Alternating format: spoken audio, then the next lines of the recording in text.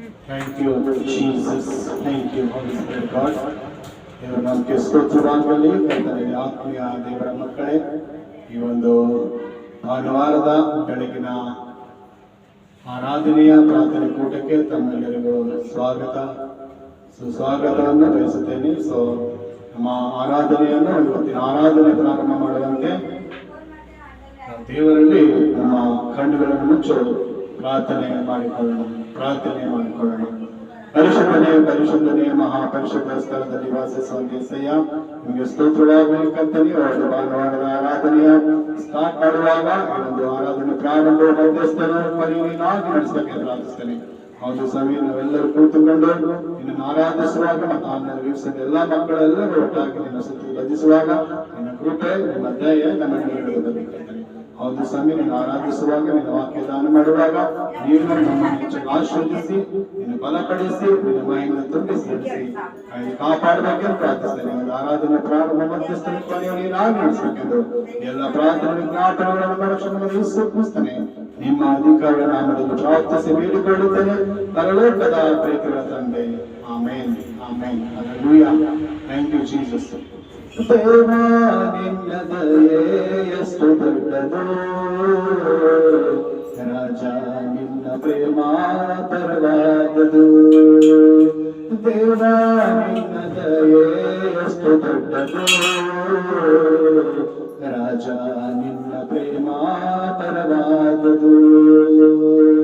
ಒಂದು ಕ್ಷಣ ನನ್ನನ್ನು ಮರೆಯದಂತೆ ತಂದೆ ತಾಯಿಗಿಂತ ಹೆಚ್ಚು ಪ್ರೀತಿ ಮಾಡುವವರೇ, ಒಂದು ಕ್ಷಣ ನನ್ನನ್ನು ಮರೆಯದಂತೆ ತಂದೆ ತಾಯಿಗಿಂತ ಹೆಚ್ಚು ಪ್ರೀತಿ ಮಾಡುವವರೇ. Hallelujah hallelujah. ಆರಾಧನೆ ಕರ್ತನಿಗೆ. Hallelujah hallelujah. ಆರಾಧನೆ ಕರ್ತನಿಗೆ. ದೇವ ನಿನ್ನ ದಯೆ ಎಷ್ಟು ದೊಡ್ಡದು, ರಾಜ ನಿನ್ನ ಪ್ರೇಮ ಪರವಾದದು. ನನ್ನ ಸಂತತಿಯು ನಿನ್ನ ಪಾದಕ್ಕೆ ಮುದ್ದಿಸಲಿ, ನಿನ್ನ ನಾಮವು ಸದಾ ಆರಾಧಿಸಲಿ. ನನ್ನ ಸಂತತಿಯು ನಿನ್ನ ಪಾದಕ್ಕೆ ಮುದ್ದಿಸಲಿ, ನಿನ್ನ ನಾಮವು ಸದಾ ಆರಾಧಿಸಲಿ. Hallelujah hallelujah. ಆರಾಧನೆ ಕರ್ತನಿಗೆ. ಪ್ರಭು ನಿನ್ನ ವಚನ ನನ್ನ ಕಾಲಿಗೆ ದೀಪವು, ಅದುವೇ ನನ್ನ ಬಾಳಿನ ಬೆಳಕು ಆಗಿದೆ. ಪ್ರಭು ನಿನ್ನ ವಚನ ನನ್ನ ಕಾಲಿಗೆ ದೀಪವು, ಅದುವೇ ನನ್ನ ಬಾಳಿನ ಬೆಳಕು ಆಗಿದೆ. Hallelujah hallelujah. ಆರಾಧನೆ ಕರ್ತನಿಗೆ. Hallelujah hallelujah. ಆರಾಧನೆ ಕರ್ತನಿಗೆ. ದೇವ ನಿನ್ನ ದಯೆ ಎಷ್ಟು ದೊಡ್ಡದು, ರಾಜ ನಿನ್ನ ಪ್ರೇಮ ಪರವಾದದು. ದೇವ ನಿನ್ನ ದಯೆ ಎಷ್ಟು ದೊಡ್ಡದು, ರಾಜ ನಿನ್ನ ಪ್ರೇಮ ಪರವಾದದು. ಬೇಟೆಗಾರನ ಬಲೆಯಿಂದ ತಪ್ಪಿಸಿದಾತನೇ, ಮರಣಕರಾದಿಗಳಿಂದ ಬೆಳೆಸಿದಾತನೇ. ಬೇಟೆಗಾರನ ಬಲೆಯಿಂದ ತಪ್ಪಿಸಿದಾತನೇ, ಮರಣಕರಾದಿಗಳಿಂದ ಬೆಳೆಸಿದಾತನೇ. Hallelujah hallelujah. ಆರಾಧನೆ ಕರ್ತನಿಗೆ.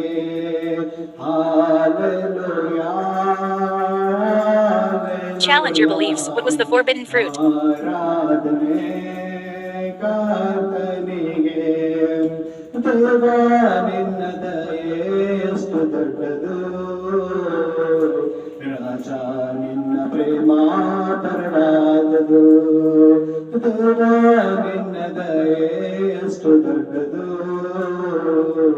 ರಾಜ ನಿನ್ನ ಪ್ರೇಮ ಪರವಾದದು ಒಂದು ಕ್ಷಣ ನನ್ನನ್ನು ಮರೆಯದಂತೆ ತಂದೆ ತಾಯಿಗಿಂತ ಹೆಚ್ಚು ಪ್ರೀತಿ ಮಾಡುವವರೇ ಒಂದು ಕ್ಷಣ ನನ್ನನ್ನು ಮರೆಯದಂತೆ ತಂದೆ ತಾಯಿಗಿಂತ ಹೆಚ್ಚು ಪ್ರೀತಿ ಮಾಡುವವರೇ ಹಾಲೆಲೂಯಾ ಹಾಲೆಲೂಯಾ ಆರಾಧನೆ ಕರ್ತನಿಗೆ ಹಾಲೆಲೂಯಾ ಹಾಲೆಲೂಯಾ ಆರಾಧನೆ ಕರ್ತನಿಗೆ Hallelujah. Praise the Lord. Thank you, Jesus. ದೇವರ ನಾಮಕ್ಕೆ ಸ್ತೋತ್ರವಾಗಲಿ. ಈಗ ದೇವರ ವಾಕ್ಯದ ಕಡೆಗೆ ನಾವು ಹೋಗೋಣ. ದೇವರಲ್ಲಿ ಕರ್ತನೆ ಆತ್ಮೀಯ ದೇವರ ಮಕ್ಕಳೇ, ಈ ಒಂದು ಭಾನುವಾರದ ಆರಾಧನೆಯ ಒಂದು ಮೇ ತಿಂಗಳ 2ನೇ ವಾರದಲ್ಲಿ ದೇವರು ನಮ್ಮನ್ನು ಬರಮಾಡಿದಕ್ಕಾಗಿ ಆತನನ್ನು ವಂದಿಸುತ್ತೇನೆ, ಆತನನ್ನು ಕೊಂಡಾಡೋಣ.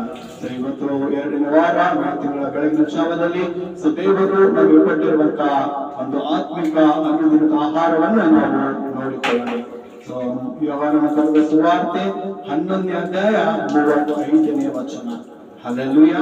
ದೇವರು ಇವತ್ತಿನ ದಿವಸ ನಮ್ಮ ಆತ್ಮಿಕವಾಗಿ ನಮ್ಮ ಅನ್ನದಿನದ ಆಹಾರಕ್ಕಾಗಿ ಕೊಟ್ಟಂತ ಆತ್ಮಿಕ ಆಹಾರ ಆ ವಚನ book of John chapter 11 verse 35. Hallelujah.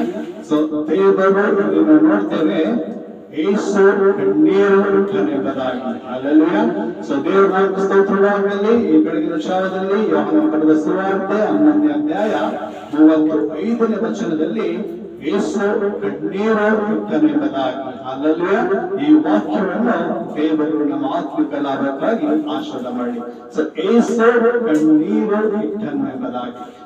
ಕರ್ತನಲ್ಲಿ ದೇವರ ಮಕ್ಕಳೇ, ಈ ವಾಕ್ಯವನ್ನು ನಾವು ಓದಿಕೊಂಡು ವಾಕ್ಯದ ಬಗ್ಗೆ ನಾವು ಧ್ಯಾನ ಮಾಡೋಣ. ಇಡೀ ಬೈಬಲ್ ಅಲ್ಲಿ ನೋಡ್ತೇವೆ, ಎಲ್ಲಿ ಕಣ್ಣೀರು ಇಟ್ಟಿದನೆಂಬುದಾಗಿ ಬರೆದಿಲ್ಲ. ಆದರೆ ಯೋಹಾನನ ಬರೆದ ಸುವಾರ್ತೆ 11ನೇ ಅಧ್ಯಾಯ 25ನೇ ವಚನದಲ್ಲಿ ಯೇಸು ಕಣ್ಣೀರು ಇಟ್ಟನೆಂಬುದಾಗಿ ಇಲ್ಲಿ ಬರೆಯಲ್ಪಟ್ಟಿದೆ. ಹಲ್ಲೆಲೂಯಾ.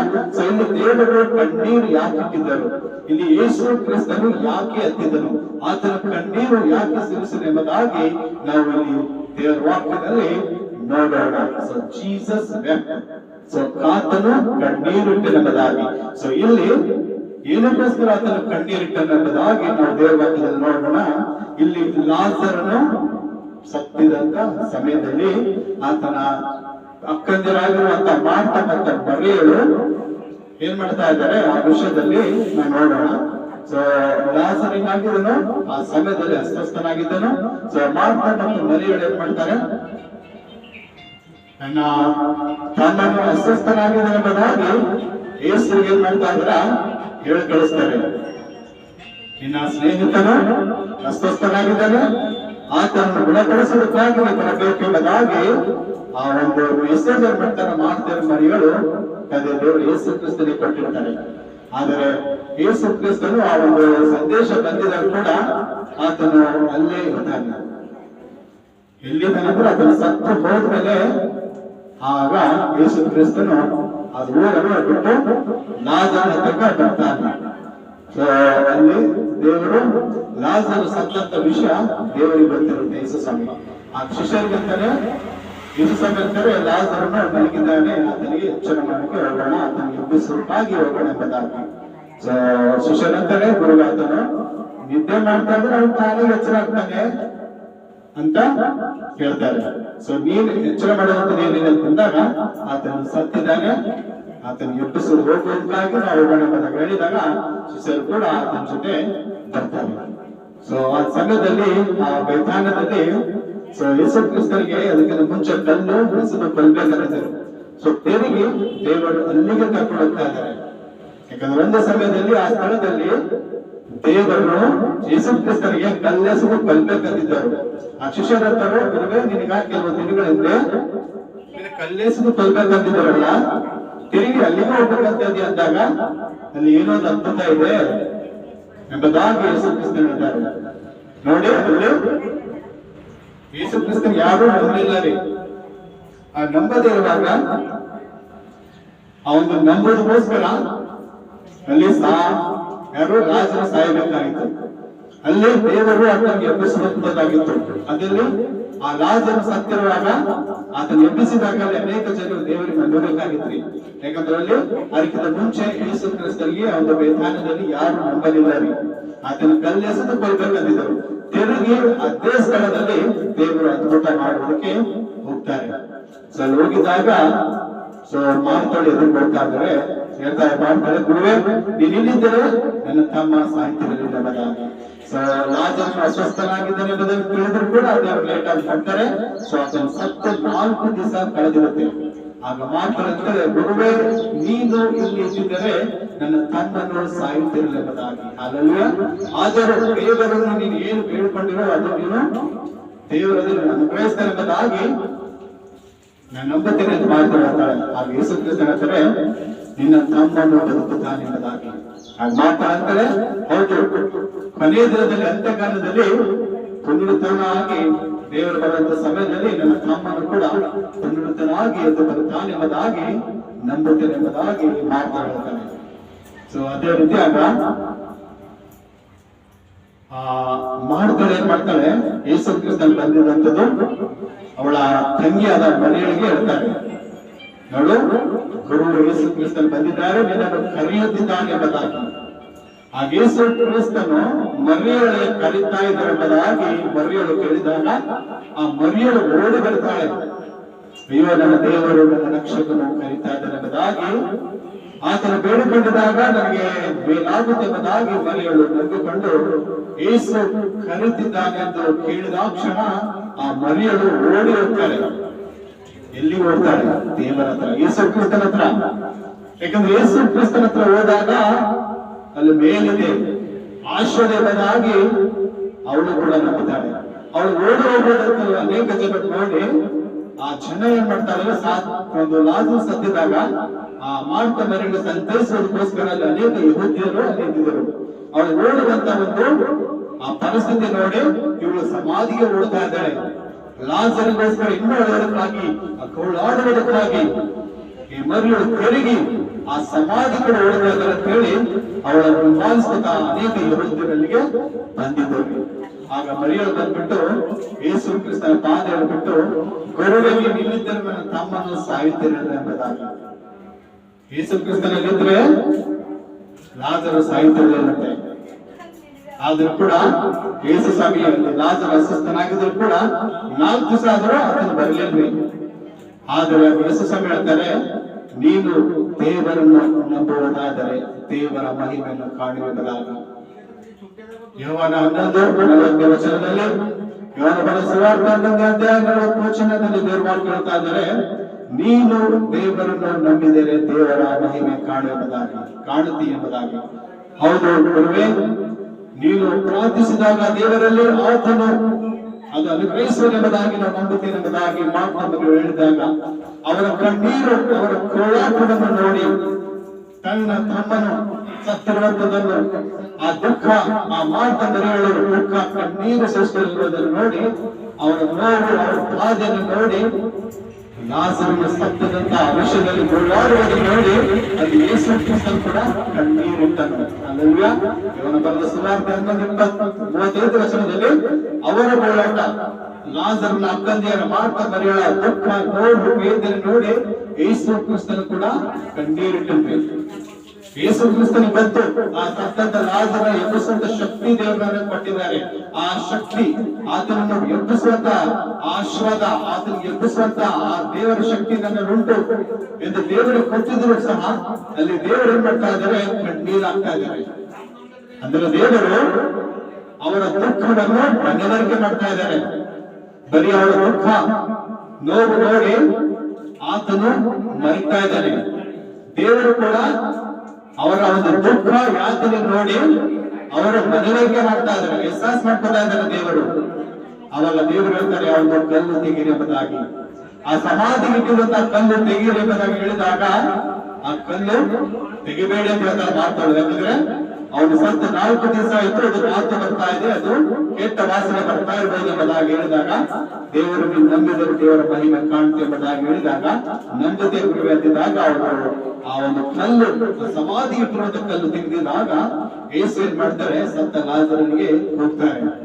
ಲಾಜರನೇ ಎದ್ದು ಬಾ ಎಂಬುದಾಗಿ ಆ ಲಾಜರನಿಗೆ ಯೇಸು ಕ್ರಿಸ್ತನು ಕೂಗಿದಾಗ ಆ ಸತ್ತಂತ ಲಾಜರನು ಆ ಒಂದು ಸಮಾಧಿ ಒಳಗಿಂದ ಎದ್ದು ಬರ್ತಾನೆ. ಅಲ್ಲಲ್ವೇ ನೋಡಿ, ಕರ್ತನಲ್ಲಿ ಪ್ರೀತಿಯ ದೇವರ ಮಕ್ಕಳೇ, ಆ ಸತ್ತ ಲಾಜರನಿಗೋಸ್ಕರ ಅವರ ಅಕ್ಕಂದಿಯರು ಮಾರ್ತರು ಕಣ್ಣೀರಿಟ್ಟಿದಾಗ ಅವರ ದುಃಖವನ್ನು ನೋಡಿ ದೇವರು ಕೂಡ ಕಣ್ಣೀರಿಟ್ಟರು.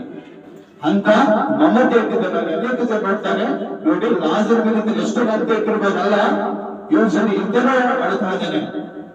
ಸೊ ಈತನು ಯೇಸು ಕ್ರಿಸ್ತನಲ್ಲಿ ಅನೇಕ ಜನರಿಗೆ ಆಶೀರ್ವಾದ ಮಾಡಿದ್ದಾನೆ, ಕುರುಡರಿಗೆ ಕಣ್ಣು ಕೊಟ್ಟಿದ್ದಾನೆ, ಕುಂಟರಿಗೆ ಕಾಲು ಕೊಟ್ಟಿದ್ದಾನೆ, ಕುಷ್ಠರೋಗಿ ಸ್ವಸ್ಥ ಮಾಡಿದ್ದಾನೆ. ಈ ಲಾಜರನ್ನು ಕೂಡ ಬದುಕಿಸಬಹುದು ಎಂಬುದಾಗಿ ಅನ್ಕೋತಾರೆ. ಆದ್ರೆ ಅಸ್ವಸ್ಥನಾಗಿದ್ದಾಗ ಸ್ವಸ್ಥ ಮಾಡಬಹುದು ಅಂತ ಅನ್ಕೋತಾರೆ. ಆದ್ರೆ ದೇವರು ಸತ್ತೋದ್ರೂ ಲಾಜರಿಗೆ ಎಬ್ಬಿಸುವಂತ ದೇವರಾಗಿದ್ದಾರೆ.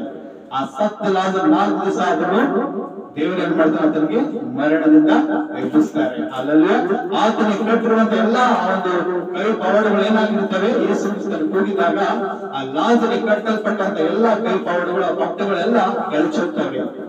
ಇವತ್ತು ಕರ್ತನಲ್ಲಿ ದೇವರ ಮಕ್ಕಳೇ, ದೇವರ ಮಗನೇ, ಇವತ್ತು ನಮ್ಮ ಜೀವಿತದಲ್ಲಿ ಕಣ್ಣೀರು, ಕಷ್ಟಗಳು, ನೋವು, ಯಾವುದೇ ದುಃಖದಲ್ಲಿ ನೋವಿನಲ್ಲಿದ್ರೆ ದೇವರಿಗೆ ಬಿಡುಗಡೆ ಕೊಡುವಂತೆ ಇದ್ದಾರೆ. ಅಷ್ಟೇ ಅಲ್ಲ, ಆತನು ನಮ್ಮ ದುಃಖವನ್ನು ಮನವರಿಕೆ ಮಾಡುವಂತ ದೇವರಾಗಿದ್ದಾರೆ.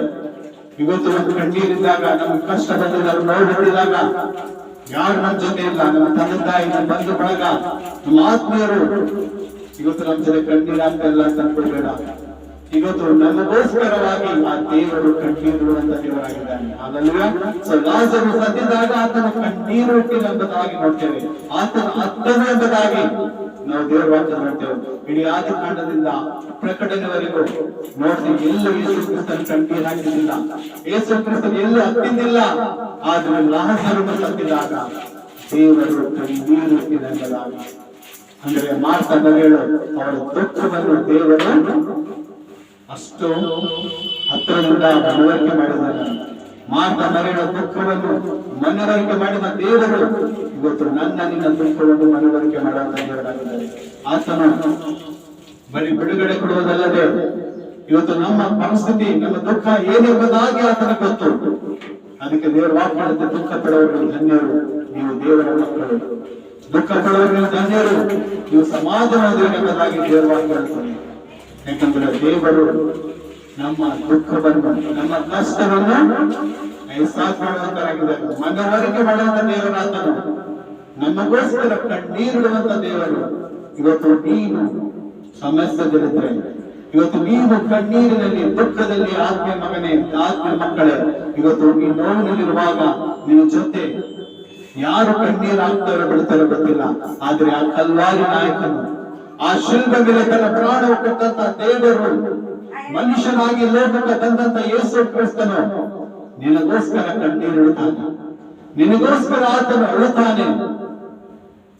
ಆತನು ಅದ್ಭುತ ಮಾಡೋದು ಗೊತ್ತು, ನಾನು ಬಿಡುಗಡೆ ಮಾಡ್ತೇನೆ ಬಂದು ಆತನು ಗೊತ್ತಿದ್ದು ಸಹ ನಮ್ಮ ಕಣ್ಣೀರಿನಲ್ಲಿ, ನಮ್ಮ ಕಷ್ಟದಲ್ಲಿ ನಮ್ಮ ಜೊತೆ ಆತನು ಇರುತ್ತಾನೆ. ಯಾರಿಲ್ಲಿ ಬೆಳ್ಳಿ ಆತನು ಯಾವಾಗಲೂ ನಮ್ಮ ಜೊತೆ ಇರ್ತಾನೆ. ಆ ನೋವಿನಲ್ಲಿ ಯೇಸು ಕ್ರಿಸ್ತನು ನಮ್ಮ ಜೊತೆ ಇರ್ತಾರೆ. ಇವತ್ತೆಲ್ಲರೂ ಕೈ ಬಿಟ್ಟರು, ದೇವರು ಕೈ ಬಿಡೋದಿಲ್ಲ. ನೋಡಿ, ಯಾವತ್ತಾಯ್ತು ಯೇಸು ಕ್ರಿಸ್ತನ ಲಾಜರಿಗೆ ಆ ಮರಣವನ್ನು ಎಬ್ಬಿಸಿದನು, ಅಲ್ಲಿ ಅನೇಕ ಜನರು ಆ ಯೇಸು ಕ್ರಿಸ್ತನನ್ನು ತಿರುಗಿ ನಂಬೋದಾದರು. ಅಲ್ಲಿ ಇದಕ್ಕಿಂತ ಮುಂಚೆ ದೇವರನ್ನು ಯೇಸು ಕ್ರಿಸ್ತ ಯಾರು ನಂಬಲಿಲ್ಲ. ಅದಕ್ಕೆಲ್ಲ ಅದ್ಭುತ ಆಯ್ತು ದೇವರ ಕಾರ್ಯ. ಅಲ್ಲಿ ಅನೇಕ ಜನರು ದೇವರಿಗೆ ನಂಬಬೇಕು ಎಂಬ ಸಲುವಾಗಿ ಲಾಜರನ್ನು ಸಾಯಬೇಕಾಯಿತು. ಅಲ್ಲಿ ಅನೇಕ ಜನರು ಯೇಸು ಕ್ರಿಸ್ತನನ್ನು ನಂಬಲಿಲ್ಲ ಬೇಥಾನದಲ್ಲಿ. ಅದಕ್ಕೆ ಲಾಜರ್ ಸಾಯಬೇಕಾಗಿತ್ತು. ಅಂದ್ರೆ ಆ ಸಾವು ಏನಕ್ಕೋಸ್ಕರ ಬಂದಿತ್ತು? ದೇವರ ಮಹಿಮೆಗೋಸ್ಕರ. ಅಲ್ಲೆಲ್ಲೂಯಾ. ಲಾಜರನು ಏನಕ್ಕೋಸ್ಕರ ಆತನ ಮರಣ ಬಂದ್ರೆ? ದೇವರ ಮಹಿಮೆಗೋಸ್ಕರ. ಆ ಬೇಥಾನದಲ್ಲಿ ಅನೇಕ ಜನರು ದೇವರಿಗೆ ನಂಬಬೇಕೆಂದು ಆತನಿಗೆ ಮರಣ ಬಂತು. ಅಲ್ಲಿ ದೇವರು ಯೇಸು ಕ್ರಿಸ್ತನನ್ನು ಬಿಟ್ಟು ಆತನ ಎಬ್ಬಿಸಿದಾಗ ಅನೇಕ ಜನರು ಯೇಸು ಕ್ರಿಸ್ತನನ್ನು ನಂಬಿದರು. ಕರ್ತನಲ್ಲಿ ದೇವರ ಪ್ರೀತಿಯ ಮಗನೇ, ದೇವರ ಮಗನೇ, ದೇವರ ಮಗಳೇ, ಇವತ್ತು ನಿನ್ನ ಜೀವಿತದಲ್ಲಿ ನಿನ್ನ ಕಷ್ಟ ಬಂದಿರ್ಬೋದು, ದುಃಖ ಬಂದಿರ್ಬೋದು, ರೋಗ ಬಂದಿರ್ಬೇಕು.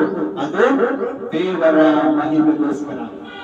ಇವತ್ತು ನಿನ್ನ ಮನೆಯಲ್ಲಿ, ನಿನ್ನ ಕುಟುಂಬದಲ್ಲಿ, ನಿನ್ನ ಊರಲ್ಲಿ ಇವತ್ತು ದೇವರನ್ನು ನಂಬದೇ ಇರುವಾಗ, ನಿನ್ನ ದೇವರನ್ನು ನಂಬಗೋಸ್ಕರ ಇವತ್ತು ದೇವರು ನಿನ್ನನ್ನು ಆರಿಸಿಕೊಂಡಿರ್ಬೇಕು. ದೇವರ ಕಾರ್ಯ, ದೇವರ ಮಹಿಮೆ ನಿನ್ನನ್ನು ಸೇರ್ಬೇಕೆಂಬುದಾಗಿ ದೇವರು ನಿನ್ನನ್ನು ಆರಿಸಿಕೊಂಡಿರ್ಬೇಕು. ಯಾಕಂದ್ರೆ ಲಾಜರನ್ನು ಸಾಯಬೇಕಾಗಿತ್ತು. ಯಾಕಂದ್ರೆ ಅಲ್ಲಿ ಅನೇಕ ಜನರು ದೇವರನ್ನು ನಂಬಬೇಕಾಗಿತ್ತು. ಅದಕ್ಕೆ ಆತನ ಮರಣಕ್ಕೆ ತುತ್ತಾದನು. ಆದರೂ ಕೂಡ ಆ ದೇವರ ಮಹಿಮೆಗೋಸ್ಕರ ಲಾಜರ್ ಸತ್ತಿದಾಗ ಯೇಸು ಕ್ರಿಸ್ತನ ಏನ್ ಮಾಡಿದ್ರು? ಎಬ್ಬಿಸಿದನು. ಇವತ್ತು ಕರ್ತನಲ್ಲಿ ಪ್ರೀತಿಯ ದೇವರ ಮಗನೇ, ದೇವರ ಮಗಳು, ಇವತ್ತು ದೇವರ ನಿಮಿತ್ತವಾಗಿ ಇವತ್ತು ನಾವು ಒಂದು ಕಷ್ಟದಲ್ಲಿ, ದುಃಖದಲ್ಲಿ, ನೋವಿನಲ್ಲಿ, ರೋಗದಲ್ಲಿ ಬಿದ್ದದಾದರೆ ಆ ದೇವರ ಮಹಿಮೆಗೋಸ್ಕರ ನಾವು ಅದಕ್ಕೆ ನಾವು ಪಾಲಾಗಿದ್ದರೆ ಖಂಡಿತ ನಮ್ಮ ದೇವರು ಬಿಡುಗಡೆ ಕೊಡ್ತಾರೆ. ಇವತ್ತು ನಮ್ಮ ಮನೆಯಲ್ಲಿ, ನಮ್ಮ ಕುಟುಂಬದಲ್ಲಿ, ನಮ್ಮ ಊರಲ್ಲಿ ಇವತ್ತು ಅನೇಕ ಜನರು ದೇವರು ನಂಬಲಿಲ್ಲನೋ, ದೇವರ ಕಾರ್ಯಗಳಿಗೆ ಅವರು ನಂಬಲಿಲ್ಲೇನೋ, ಯೇಸು ಕ್ರಿಸ್ತನ ನಂಬದಿರುವಾಗ ಅಲ್ಲಿ ದೇವರು ನನ್ನನ್ನು ಆರಿಸಿಕೊಂಡಿದ್ದಾದರೆ, ಇವತ್ತೊಂದು ಕಷ್ಟಕ್ಕೆ, ಒಂದು ರೋಗಿಗೆ ಆತನ ಗುರಿ ಮಾಡುವುದಾದರೆ ತಿರುಗಿ ಆತನು ಆ ರೋಗದಿಂದ, ಆ ಪರಿಸ್ಥಿತಿಯಿಂದ ನಮ್ಮನ್ನು ಬಿಡುಗಡೆ ಮಾಡುವ ದೇವರಾಗಿದ್ದಾರೆ. ಲಾಜರ್ ಯಾವ ರೀತಿ ಮರಣಕ್ಕೆ ತುತ್ತು ಮಾಡಿ, ಯಾಕಂದ್ರೆ ಯೇಸು ಸ್ವಾಮಿ ಅವನು ಅಸ್ವಸ್ಥನಾಗಿದ್ದಾಗ ಮೆಸ್ಸು ಬಂದಿತ್ತು, ಲಾಜರ್ ಅಸ್ವಸ್ಥನಾಗಿದ್ದಾನೆ ಎಂಬುದಾಗಿ. ಆದ್ರೆ ದೇವರು ಅಲ್ಲಿ ಹೋಗ್ಲಿಲ್ಲ. ಆತನ ಸಾಯದ ಮೇಲೆ ಯೇಸು ಸ್ವಾಮಿ ಬೇಥಾನಿಗೆ ಬಂದರು, ಸತ್ತ ಮೇಲೆ ಬಂದಿದ್ರು ಅಲ್ಲಿಗೆ. ಇವತ್ತು ನಮ್ಮ ಜೀವಿತದಲ್ಲಿ ಇವತ್ತು ಕಷ್ಟಗಳು ಬರ್ತಾನೆ ಇವೆ, ನಾವು ರೋಗದಲ್ಲೇ ಇದ್ದೀವಿ, ದುಃಖದಲ್ಲೇ ಇರ್ತಾ ಇದ್ದೇವೆ ಅಂತ ದೇವರು ಇವತ್ತು ಬರ್ತಾ ಇಲ್ಲ ಅಂದ್ರೆ ಅಲ್ಲಿ ಏನೋ ಒಂದು ಮಹಿಮೆ ಕಾರ್ಯ ಜರಬೇಕಾಗಿದೆ.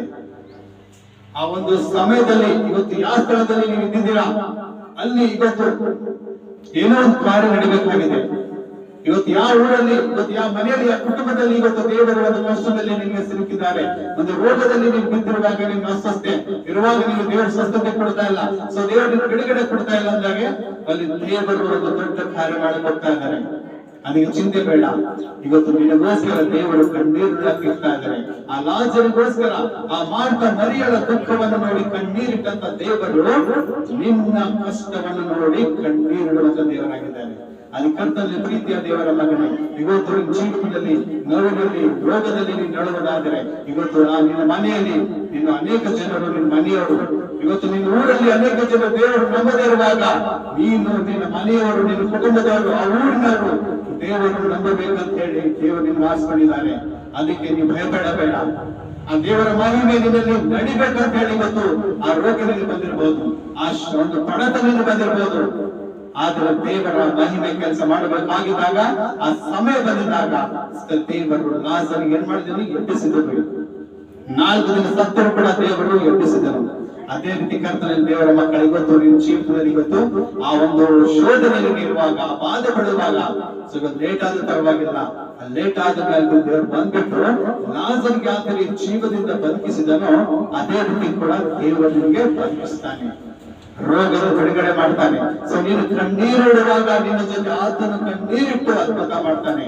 ಮತ್ತೆ ಅನೇಕ ಜನರು ನಿನ್ನನ್ನು ಆಶೀರ್ವಾದ ಮಾಡುವಂತೆ ದೇವರು ಆಶೀರ್ವಾದ ಮಾಡ್ತಾರೆ. ಮತ್ತೆ ದೇವರು ನಮಗೋಸ್ಕರ ಈ ಮಹಿಮೆ ಕಾರ್ಯ ನಿನ್ನ ಜೀವಿತದಲ್ಲಿ ನಡೆಯುತ್ತೆ. ಅದಕ್ಕೆ ಕರ್ತನ ದೇವರ ಮಕ್ಕಳೇ, ಸೊ ಇವತ್ತು ನಮಗೋಸ್ಕರ ಯಾರು ಕಣ್ಣೀರು ಇಡ್ತಾ ಇಲ್ಲ, ಯಾರು ನಮಗೋಸ್ಕರ ಗೋಳಾಡ್ತಾ ಇಲ್ಲ ಅಂತ ಅನ್ಕೋಬೇಡಿ.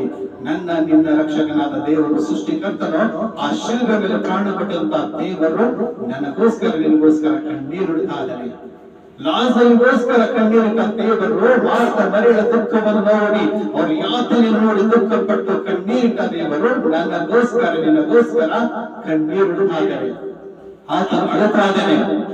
ಅದಕ್ಕೆ ಭಯಪಡಬೇಡ ಕರ್ತನಲ್ಲಿ ದೇವರ ಮಗನೇ. ಇವತ್ತು ಯಾವುದೇ ಚಿಂತೆಯಲ್ಲಿ, ಯಾವುದೇ ದುಃಖ ನೋವಿನಲ್ಲಿ ಇದ್ದರೂ ಅದು ಶಾಶ್ವತವಲ್ಲ. ಒಂದ್ ದಿವಸ ಬರ್ತಾರೆ ದೇವರು, ನಿನ್ನ ಪ್ರಾರ್ಥನೆ ಉತ್ತರ ಕೊಟ್ಟು ನಿನ್ನ ಬಿಡುಗಡೆ ಮಾಡ್ತಾರೆ. ಅಲ್ಲಿ ನಿನ್ನಿಂದ ನಿನ್ನ ಮನೆಯವರು, ನಿನ್ನ ಕುಟುಂಬದವರು, ನಿನ್ನ ಊರದವರು ಅನೇಕ ಜನರು ನಂಬುವಂತಾಗ್ತಾರೆ. ಇವತ್ತು ನಿನ್ನ ಊರಲ್ಲಿ, ನಿನ್ನ ಮನೆಯಲ್ಲಿ ಯಾರು ದೇವರು ನಂಬಲಿಲ್ಲ ಅನ್ಕೋ, ನಂಬ್ತಾ ಇಲ್ಲ ನಾವು. ಅದಕ್ಕೆ ದೇವರು ನಿನ್ನನ್ನು ಆರಿಸಿಕೊಂಡಿದ್ದಾರೆ. ನಿನ್ನ ನಿಮಿತ್ತವಾಗಿ ನಿನ್ನ ಮನೆ ಕುಟುಂಬ ನೀನು ಉಳಿದರೂ ದೇವರು ನಂಬಬೇಕಾಗಿದೆ. ಅದಕ್ಕೆ ದೇವರಿಗೆ ಮಹಿಮೆ ಕೆಲಸ ಮಾಡೋದಕ್ಕೋಸ್ಕರ ನಿನಗೆ ಆರಿಸಿಕೊಂಡಿದ್ದಾರೆ. ಅವತ್ತು ಲಾಜರನಿಗೆ ಆರಿಸಿಕೊಂಡಿದ್ದರು. ಆ ದೇವರ ವಾಕ್ಯ ಒಂದು ಬೈತಾನದ ಅನೇಕ ಜನ ದೇವರು ನಂಬಬೇಕೆಂಬುದಾಗಿ ಲಾಜರಿಗೆ ಆರಿಸಿಕೊಂಡ ದೇವರು ಇವತ್ತು ನಿನಗೆ ಆರಿಸಿಕೊಂಡಿದ್ದಾರೆ. ಇವತ್ತು ಸತ್ತ ಲಾಜರ ಬದುಕಿಸ ದೇವರು ನಿನಗೂ ಕೂಡ ಅದ್ಭುತ ಮಾಡ್ತಾರೆ. ಸೊ ಸತ್ತೋದ ಪರಿಸ್ಥಿತಿಯಲ್ಲಿ ಆತನ ಅದ್ಭುತ ಮಾಡಿ ಅದನ್ನು ತಾನು ಶಕ್ತಿ ಕೊಟ್ಟು ಬದುಕಿ ಆಶೀರ್ವಾದ ಮಾಡಿ ನಡೆಸ್ತಾರೆ. ಅದಕ್ಕೆ ಕರ್ತನು ನಮಗೋಸ್ಕರ ಅಳ್ತಾ ಇದ್ದಾನೆ. ನಮಗೋಸ್ಕರ ಆತನು ಇನ್ನು ನಮಗೋಸ್ಕರ ಅಳ್ತಾ ಇದ್ದಾರೆ. ಅದಕ್ಕೆ ಭಯಪಡಬೇಡ, ಧೈರ್ಯವಾಗಿರ್ಲಿ. ಸೊ ದೇವರು ನಮಗೋಸ್ಕರ ಅಳ್ತಾ ಇದ್ದಾರೆ. ನಮ್ಗೆಲ್ಲ ಒಂದು ಸಮಸ್ಯೆಯಿಂದ ಬಿಡುಗಡೆ ಮಾಡಿ ಸೊ ದೇವರು ನಿಮ್ಮನ್ನು ಆ ಊರನ್ನು ನಂಬಬೇಕಾಗಿ ಇವತ್ತಿನ ಮಗಳ ಕಾರ್ಯದಲ್ಲಿ ಅವತ್ತನು ಆ ಒಂದು ಒಳ್ಳೆ ಕಾರ್ಯ ಮಾಡ್ತಾರೆ. ಆ ದೇವರ ಮಹಿಮೆಗೋಸ್ಕರ ನಿನ್ನ ಜೀವಿತದಲ್ಲಿ ರೋಗ ಬಂದರೆ, ಕಷ್ಟ ಬಡತನ ಬಂದರೆ ಅದು ದೇವರ ಮಹಿಮೆಗೋಸ್ಕರ ಬಂದಿದೆ ಆದ್ರೆ ಖಂಡಿತ ದೇವರು ಬಿಡುಗಡೆ ಮಾಡಿ ನಡೆಸ್ತಾರೆ. ಅದಕ್ಕೆ ದೇವರು ವಾಕ್ಯವನ್ನು ನಮ್ಮ ಆತ್ಮಗಳಾಗಿ ಆಶೀರ್ವಾದ ಮಾಡಲಿ. ಆಮೇನ್ ಆಮೇನ್. ಜೀವ ಸ್ವರೂಪರಾದ ದೇವರು ನಿಮಗೆ ವಂದನೆ ಸ್ತೋತ್ರವಾಗಲಿ ಕಂತಾನೆ ಕೇಳ್ತಾನೆ. ವಾಕ್ಯವು ನಮ್ಮ ಆತ್ಮಗಳ ಆಶೀರ್ವಾದ ಮಾಡು. ಹೇಳ್ತಾನೆ ಇವಾಗ 11:35 ಯೇಸು ಕಣ್ಣೀರಿಟ್ಟಿದ್ದು ಕರ್ತಾನೆ. ಮಾರ್ಗಗಳ ದುಃಖ ಕಣ್ಣೀರು ನೋಡಿ ಅದೇ ರೀತಿ ಪ್ರಭು ಆ ಮಹಿಮೆ ಕಾರ್ಯವನ್ನು ಬೇತಾನದಲ್ಲಿ ಜರುಗಿಸಿದ್ದೇವೆ. ಯಾಕಂದ್ರೆ ಅನೇಕ ಜನ ನಂಬಬೇಕಂತ ಹೇಳಿ ಇವತ್ತು ಕರ್ತಾನೆ ಯಾರ್ಯಾರು ಕಷ್ಟ ದುಃಖ ರೋಗದಲ್ಲಿದ್ದಾರೆ ಅವ್ರಿಗೆ ನೀನು ಆಸ್ಪತ್ರೆಗಳಾಗ ಕರ್ತಾನೆ ನಿನ್ನ ಮಹಿಮೆ ಆ ಕುಟುಂಬ ಆ ಊರಲ್ಲಿ ನಡಿಬೇಕು. ಅವ್ರು ಕರ್ತಾನೆ ಅವ್ರಿಗೆ ಬಿಡುಗಡೆ ಕೊಡಬೇಕು. ಅದರ ನಿಮಿತ್ತ ಅನೇಕ ಜನರು ನಮಗೆ ರಕ್ಷಣೆ ಹೊಂದಿ ನಿನ್ನ ಮಕ್ಕಳ ಬದುಕುವಂತೆ ಕೃಪೆ ಮಾಡು. ಈ ಕೇಳಿದ ವಾಕ್ಯವು ಆಶೀರ್ವಾದ ಮಾಡಿ ನೀನು ನಡೆಸಬೇಕೆಂದು ಪ್ರಾರ್ಥಿಸ್ತೇನೆ. ಅದೇ ರೀತಿ ಪ್ರವೇಶದಿಂದ ಎಲ್ಲ ಮಕ್ಕಳು ಆಶೀರ್ವದಿಸಿ ಆನಂದ ವೀಕ್ಷಿಸುವಂತಹ ವಾಕ್ಯ ಓದಿ ವಾಕ್ಯ ಕೇಳುವಂತೆ ಎಲ್ಲ ನಿನ್ನ ಮಕ್ಕಳನ್ನು ಆಶೀರ್ವದಿಸು. ಅವರನ್ನು ಅವ್ರ ಕುಟುಂಬನ ಆಶೀರ್ವಾದ ಮಾಡು. ಅವರಿಗೆ ನಿನ್ನ ಬಲದಿಂದ ನಿನ್ನ ಕೃಪೆ ತುಂಬಿಸಿ ನಡೆಸಬೇಕೆಂದು ಪ್ರಾರ್ಥಿಸ್ತೇನೆ. ಮುಖ್ಯವಾಗಿ ಕಲ್ತಾನೆ ಒಂದು ಬಳಿಕೆಯಲ್ಲಿ ಮಂಜು ಬರೆದು ಪ್ರಾರ್ಥಿಸ್ತೇನೆ. ಅವರನ್ನು ಆಶೀರ್ವದಿಸಿ ಅವರಿಗೆ ಆರೋಗ್ಯ ಬಲದ ಪಾಲಿಸಿದರೆ ಹೌದು ಸಮಯ ಬರುವಂತ ಅವರಿಗೆ ಅನ್ನರಿಗೆ ವಸ್ತು ತೆಗೆದುಕೊಳ್ಳಿ ಆರೋಗ್ಯ ಬಲ ಕೊಟ್ಟು ನಡೆಸಲ್ಪಟ್ಟಿದ್ದ ಅವರ ಕಾಣಿಕೆಯನ್ನು ಆಶೀರ್ವಾದ ಮಾಡು. ಅದೇ ರೀತಿ ಪ್ರಭು ರಾಜ್ಯವನ್ನು ಆಶೀರ್ವಾದ ಮಾಡು. ಮಗಳು ಕೂಡ ಯಾರಿಗೆ ದಯಪಾಲಿಸಿ ಹೌದು ಸಮಯ ಮಡಿಕೆರುವಂತಹ ರಾಜ್ಯವಿರುವಂತಹ ರಾಜ್ಯವನ್ನು ಕೂಡ ಆಶೀರ್ವಾದ ಮಾಡು. ಅವರಿಗೆ ಕೂಡ ಆರೋಗ್ಯ ಬಲ ಕೊಟ್ಟು ನಡೆಸಬೇಕು. ಕಲ್ಕತ್ತದಲ್ಲಿರುವಂತಹ ಒಂದು ಶೋಭಿತಾ ಮತ್ತು ದರ್ಶನ ಮಂಡಳಿ ಆಶೀರ್ವಾದ ಮಾಡು. ಅವರ ಕಲಿಸಿ ಸಂತಾನ ಭಾಗ್ಯ ಆಗಲಿ ಯೇಸು ನಾಮದಲ್ಲಿ. ಅದೇ ರೀತಿ ಪ್ರಭು ಆ ಸಂಜೆಯಲ್ಲಿರುವಂತಹ ಪುಷ್ಪ ಮಗಳನ್ನು ಪ್ರಾರ್ಥಿಸ್ತೇನೆ. ಮಗಳ ಕಲಿಸಿ ಆ ಮಗಳಿಗೆ ಸಂತಾನ ಭಾಗ್ಯ ಆಗಲಿ. ಎಲ್ಲ ಬಂಜತನ ಹೋಗ್ಲಿ ಯೇಸು ನಾಮದಲ್ಲಿ. ಆ ಮಗಳನ್ನು ಆಶೀರ್ವಾದ ಮಾಡಿ ಕೂಡ ಅದರ ಕಾಣಿಕೆಯನ್ನು ಆಶೀರ್ವಾದ ಮಾಡಿ ಆ ಮಗಳನ್ನು ಹೆಚ್ಚಾಗಿ ಆಶೀರ್ವದಿಸಿ. ಅದಕ್ಕೆ ಆ ಸಂಘದಲ್ಲಿರುವಂತಹ ಕಾವೇರಿ ಮಗಳನ್ನು ಆಶೀರ್ವದಿಸಿ ಆ ಮಗಳೆಲ್ಲ ಕೆಲಸಗಳಿಂದ ಆಶೀರ್ವಾದ ಮಾಡ್ರಿ. ಆ ಮಗಳಿಗೆಲ್ಲ ಬರುವಂತೆ ಸಾಲ ತೀರಿಸಿಕೊಂಡು ಒಳ್ಳೆಯ ಆರೋಗ್ಯವಾಗಿ ಸ್ವಸ್ಥ ಚಿತ್ರಗಳಾಗಿ ಒಟ್ಟು ನಡೆಸಿಕೊಂಡು ಉನ್ನತವಾಗಿ ಬದುಕುವಂತೆ ಮಗಳನ್ನು ಆಶೀರ್ವದಿಸಿ ಯೇಸು ನಾಮದಲ್ಲಿ ಪ್ರಾರ್ಥಿಸ್ತೇನೆ ಸ್ವಾಮಿ. ಎಲ್ಲ ಮಹಿಮೆ ನಿನಗೆ ಘನತೆ ನಿನಗೆ. ಅದೇ ರೀತಿ ಪ್ರಭಾ ಬೆಂಗಳೂರಲ್ಲಿರುವಂತಹ ಮತ್ತು ಚಿಕ್ಕಬಳ್ಳಾಪುರದ ಮಹಾಲಕ್ಷ್ಮಿ ಪ್ರಾರ್ಥಿಸ್ತೇನೆ. ಮಗಳನ್ನು ಆಶೀರ್ವಾದ ಮಾಡು. ಇವತ್ತು ಕೊಟ್ಟಂತ ಕಾಣಿಕೆಯನ್ನು ಮಗಳ ಆಶೀರ್ವಾದ ಮಾಡಿ ಅದಕ್ಕೆ 100ಕ್ಕೆ 100ರಷ್ಟು ಪ್ರತಿಫಲ ಕೊಟ್ಟು ಆ ಮಗಳ ಇಂಜಿನಿಯರ್ ಒಂದು ಕೋರ್ಸ್ ಮಾಡುವಾಗ ಆ ಮಗಳ ಬುದ್ಧಿ ಜ್ಞಾನವೇ ಕೊಟ್ಟು ಒಳ್ಳೆ ಇಂಜಿನಿಯರ್ ಓದಿಕೊಂಡು ಪಾಸ್ ಆಗಿ ನಿನ್ನ ಸಾಕ್ಷಿ ಮಗಳಾಗಿ ಬದುಕುವಂತೆ ನೀನು ಕೃಪೆ ನೀಡಬೇಕೆಂದು ಪ್ರಾರ್ಥಿಸ್ತೇನೆ. ಎಲ್ಲ ಮಹಿಮೆ ನನ್ನ ಮಹಿಮೆ ನಿನಗೆ ಸಲ್ಲಿಸ್ತೇನೆ. ಹೌದು ಸಮಯ ಅನೇಕ ಕಷ್ಟ ದುಃಖ ಅನೇಕ ಜನ ಪ್ರೇರಿತ ಬರಲಿ. ಇಲ್ಲಿ ಪ್ರೇರಿಗೆ ಅನೇಕ ಜನ ಬರಬೇಕು. ಅನೇಕ ಆತ್ಮ ರಕ್ಷಣೆ ಅಂತ ನಿನ್ನ ವಾಕ್ಯದಲ್ಲಿ ಸೇರಿದ ಉತ್ತಮವಾಗಿ ಬೆಳೆಯುವಂತೆ ಒಂದು ಜೀಸಸ್ ವಿತ್ ಮಿನಿಸ್ಟ್ರಿ ಯೇಸು ನಾಮ ಹೆಚ್ಚಿನ ಅಭಿವೃದ್ಧಿ ಆಗುವಂತೆ ನೀನು ಸಹಾಯ ಮಾಡ್ಬೇಕಂತ ಪ್ರಾರ್ಥಿಸ್ತೇನೆ. ಅದೇ ರೀತಿ ಪ್ರಭಾ ಬೀದರ್ ಡಿಸ್ಟ್ರಿಕ್ಟ್ ನಡೆಯುವಂತ ಜಾತ್ರೆ ಆಶೀರ್ವಾದ ಮಾಡಿ ಶಾಂತಿ ಸಮಾಧಾನದಿಂದ ಯಾವುದು ಗಲಾಟೆ ಆಗದೆ ನೆಮ್ಮದಿಯಾಗಿ ಯಾವುದು ಸಮಾಧಾನವಾಗಿ ಜಾತ್ರೆ ಯಶಸ್ವಿ ಆಗುವಂತೆ ನೀನು ಸಹಾಯ ಮಾಡಿ ಬಂದಂತೆ ಎಲ್ಲ ಭಕ್ತರು ವಿಶ್ವಾಸಗಳನ್ನು ಎಲ್ಲ ಸೇವಕರನ್ನು ನೀನು ಆಶೀರ್ವಾದ ಮಾಡ್ಬೇಕಂತ ಪ್ರಾರ್ಥಿಸ್ತೇನೆ. ಮಾನ ಮಹಿಮೆ ಜನ ಮಾನನಿಗೆ ಸಲ್ಲಿಸ್ತಾ ಎಲ್ಲ ಪ್ರಾರ್ಥನೆ ವಿಜ್ಞಾಪನವನ್ನು ಮನುಷ್ಯನ ಯೇಸು ಕ್ರಿಸ್ತನೇ ನಿಮ್ಮ ಅಧಿಕಾರ ನಾಮದಲ್ಲಿ ಪ್ರಾರ್ಥಿಸಿ ಬೇಡಿಕೊಳ್ಳುತ್ತೇನೆ ಸಜ್ಜೀವನ ತಂದೆ. ಆಮೇನ್. ಈಗ ನಮ್ಮ ಕರ್ತನಾದ ಯೇಸು ಕ್ರಿಸ್ತನ ಕೃಪೆಯು ತಂದೆ ದೇವರ ಪ್ರೀತಿಯು ಪರಿಶುದ್ಧಾತ್ಮನ ನಿತ್ಯ ಸಹವಾಸವು ಇಲ್ಲಿ ಬಂದ ನಮ್ಮೆಲ್ಲರ ದೇವರ ಆತ್ಮ ಪ್ರಾಣಶಾಲೆ ತಂದೆವು. ಆ ಆನ್ಲೈನ್ ನಲ್ಲಿ ಎಲ್ಲ ವಿಡಿಯೋ ನೋಡುವಂತ ದೇವರ ವಾಕ್ಯದ ವಿಡಿಯೋ ನೋಡುವಂತ ಎಲ್ಲ ಮಕ್ಕಳೊಂದಿಗೆ ಕುಟುಂಬದೊಂದಿಗೂ ಎಲ್ಲ ವಿಶ್ವಾಸಿಗಳೊಂದಿಗೆ ಎಲ್ಲ ಸೇವಕರೊಂದಿಗೂ ನನ್ನದು ನನ್ನ ಕುಟುಂಬದೊಂದಿಗೂ ಜೀಸಸ್ ವಿತ್ ಮಿನಿಸ್ಟ್ರಿ ಹೊಂದಿಗೂ ಎಂದಿಗೂ ಸದಾ ಕಾಲ ನೆಲೆಯಾಗಲಿ ಯೇಸು ಕ್ರಿಸ್ತನ ನಾಮದಲ್ಲಿ ತಂದೆ. ಆಮೇನ್ ಆಮೇನ್. ದೇವರ ಸ್ತೋತ್ರವಾಗಲಿ. ದೇವರು ನಮ್ಮ ಕುಟುಂಬ ಆಶೀರ್ವಾದ ಮಾಡಲಿ. ನಾವೊಂದು ಜೀಸಸ್ ಮಿನಿಸ್ಟ್ರಿ ದೇವರ ವಾಕ್ಯದ ವಿಡಿಯೋ ನೋಡಿ ಎಲ್ಲರೂ ಸಬ್ಸ್ಕ್ರೈಬ್ ಮಾಡಿ ದೇವರ ಆಶೀರ್ವಾದ ಪಡೆದುಕೊಳ್ಳಿ ಎಂದು ದೇವರಲ್ಲಿ ನಾನು ಪ್ರಾರ್ಥಿಸ್ತೇನೆ. ದೇವರು ನಿಮ್ಮನ್ನು ನಿಮ್ಮ ಕುಟುಂಬವನ್ನು ಹೆಚ್ಚಾಗಿ ಆಶೀರ್ವಾದ ಮಾಡಲಿ. So God bless you and your family. Amen.